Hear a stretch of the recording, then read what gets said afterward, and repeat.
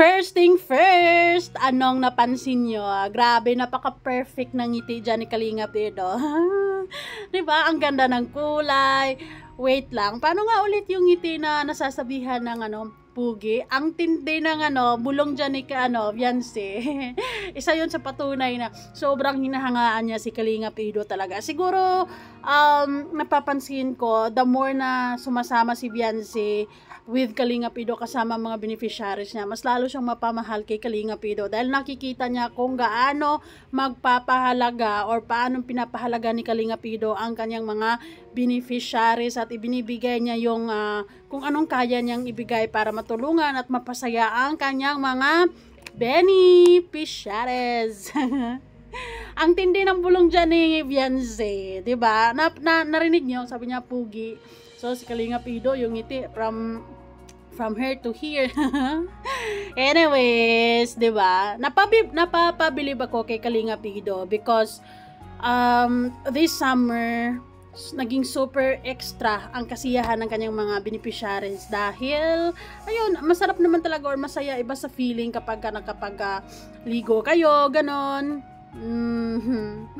Anyways, bago ang lahat, don't forget to support and subscribe Kuya Val Santos Matubang at na vlog Kalinga Prab at sa lahat ng Team Kalingap. Syempre guys, salamat sa support at pagmamahal nyo sa aming mga Kalingap reactors, and maraming salamat po pala sa mga umu-order ng ating sabon at syempre sa mga gustong subukan ng ating sabon, still available for only 55 pesos. Message me sa aking FB, Miss M's Life. So kung gusto nyo ng bakbakan, yes, this 2025, ito na. So, dito, si Kalinga Edo, parang masasabi ko sa kanya na hindi, kapag malalaman kasi ng mga viewers na kasama si Beyonce or kasama niya si video, lalo na kung ipapakita niya, mas lalong mas lalong dadami yung views. Pero si Kalinga Edo talaga, andon yung masaya na siya, na kasama niya si Beyonce pero hindi niya pinapakita sa video. Iba ang tunay na pagmamahal. Makasama ka lang, okay na. Makasama ka lang, sapat na. This girl. Welcome. Yun yung ito yung babae na bumihag sa puso ni Kalinga Edo. Alam mo yun, nabibilib lang ako sa totoo lang kasi alam naman natin na lately nakakasama ni Kalinga Edo si Beyonce sa pag-i-scout at siya yung camera girl, di ba? Quality time plus pagtulong. Wow, hitting two birds with one stone ang ganap. And sigurado ako, the more na sumasama si Beyonce, kaya Kalinga Edo mas lalo niyang mamahalin si Kalinga Edo talaga. Sure ako, kasi dito marirealize ni Beyonce kung gaano kaswerte or kung gaano kabait or kung gaano ka mapagmahal si Kalinga Edo sa mga taong tinutulungan niya. 'Di ba? So sa mga babae is plus pugi points natin 'yan.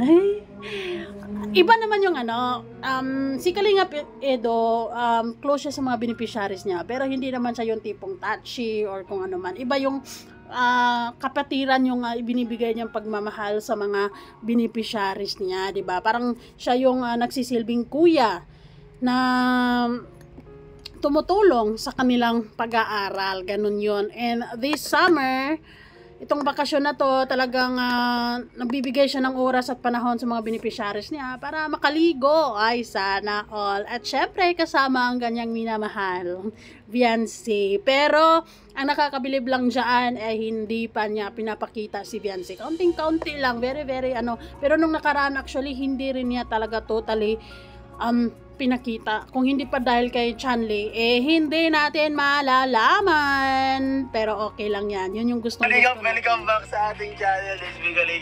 I mean, gustong-gusto natin yung okay lang sa atin. Ako, okay lang sa akin na malaman ko na okay lang kahit hindi niya pinapakita sa vlogs niya. Pero knowing na kasama niya si Beyonce. At yan po ay moreno.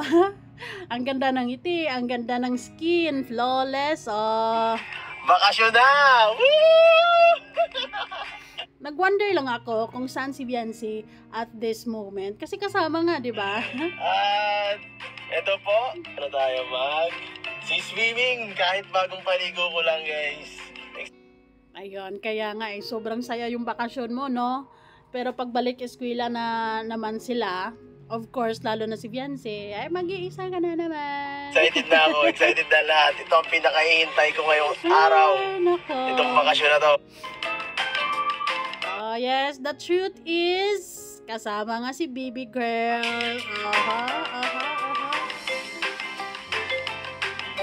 Diba? The princess is ang bebe. Ang bebe niya ay nasa front seat. Malamang. Quality time talaga yung ang na-achieve ng ng EDSI ngayong bakasyon. Ayun, nakalamig, guys. Nilalamig na Sobrang saya talaga ito, guys. So, yes, guys, I'm back. I'm so sorry. Anyways, ang nakikita ko dito sa vlog na to is super nag-i-enjoy lang silang lahat. It's a new experience para sa mga beneficiaries ni Kalingap Edo. At napapansin ko talaga, itong mga beneficiaries na to is super thankful and grateful din sila to have Kalingap Edo. Kasi, kumbaga, yung pagtulong at pagsuporta ni Kalingap Edo sa kanila is very genuine.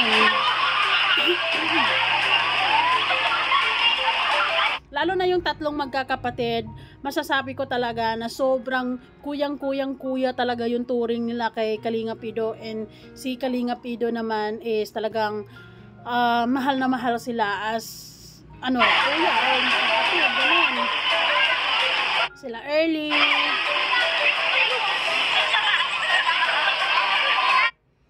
Sobrang nag-i-enjoy lang sila sa panahon. Sana all. Oh, sarap. Anyways, ang pugi ni Kalingap Edo. Ay, nako, nakakaloka. The more na magiging moreno si Kalingap Edo, the more na lumalakas ang dating di ba?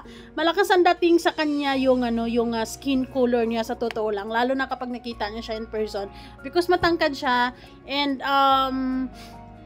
yung ng katawan niya is hindi masyadong malaki. Kapag nakita mo silang magkasama ni Beyonce, parang magkaedad lang. Alamig ka na? Ang saya-saya.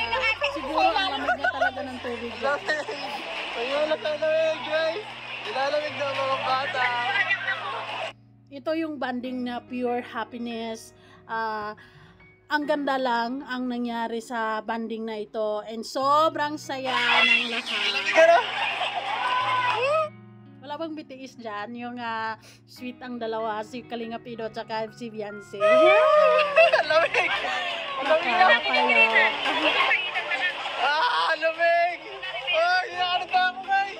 Imagine niyo yun, si Kalingap Edo lang dyan ang lalaki. Ay, kasama pala si dito, si sino ngayon? Yung isa. Alamig pala dito. Pangalan. Pero hindi ata nag-swimming. Dito sa circle na to, si Kalingap Edo lang. Kaya dalawa ko. Ano ba rin, dalawa ko sa malalim.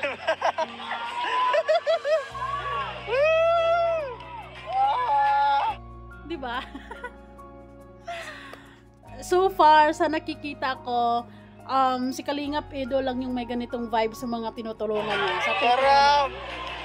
Mostly, nakikita natin siya na napakaseryoso, prangka, pero very genuine yung dedication niya sa pagtulong sa mga tinutulungan niya, sa mga beneficiaries. At sana sa lahat ng mga tinutulungan ni Kalingap Edo ngayon ay talagang makapagtapos sa pag-aaral niya. Diba? Sana makapagtapos sila sa lahat ng sana makapagtapos silang lahat, at syempre makamit nila yung kurso na gusto nila. And para mag-iba ang takbo ng buhay nila, ganon, di ba? Isa yan sa mga pinakamalaking achievements bilang isang excuse me, charity vlogger bilang isang tumutulong sa kanila, and then nakapagtapos sila sa pag-aral, nakagraduate sila. Wow!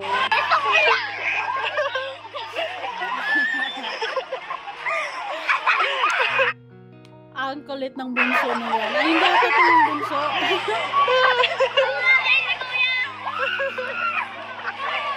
Pero sobrang nag-i-enjoy naman si Kalinga Pido sa pahila-hila. Parang hindi, well, sa tubig naman hindi ano yan tubig eh, hindi mabigat, 'di ba? Parang ang sarap. Ang linaw ng tubig oh, kahit maraming tao. Tapos ang lalim siguro. May mga ano pa.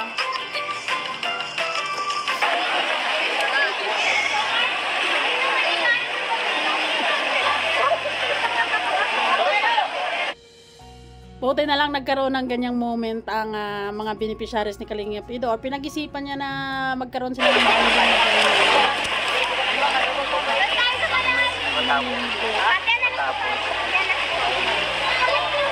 I think dito sa puntong ito, ang camera girl is si Beyonce.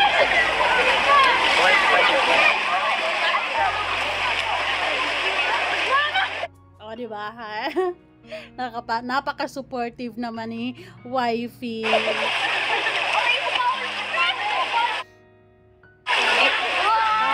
Pugi. Ulitin. Sige, ulitin.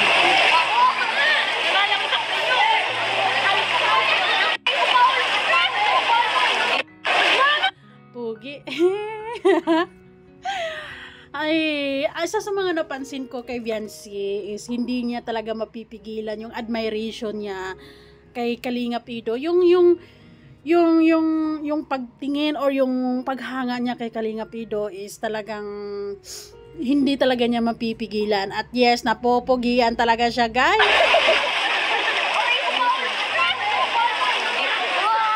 Pogi. Baka naman Kalinga Pido, may moment kayo dyan. I-reels mo. Nakakaloka. At yan na nga ang matinding bulong ni Beyonce, Pogi.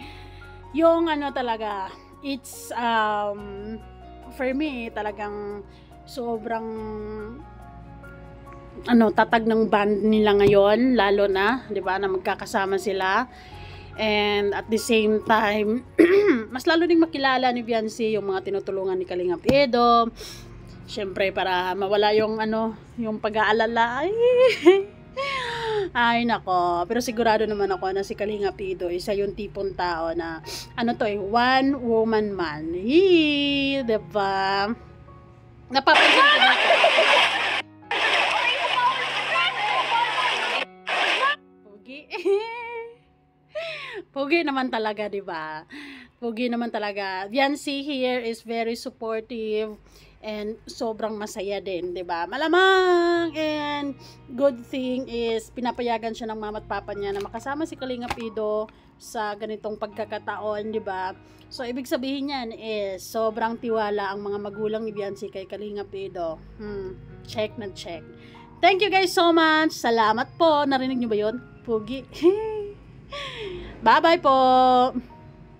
At saka dagdag pugi points yung ginagawa ni Kalinga Pido. Nakikita ni Beyonce kung gaano niya pinapahalagahan yung mga taong tinutulungan niya. Because of all people na nakilala ni Kalinga Pido, I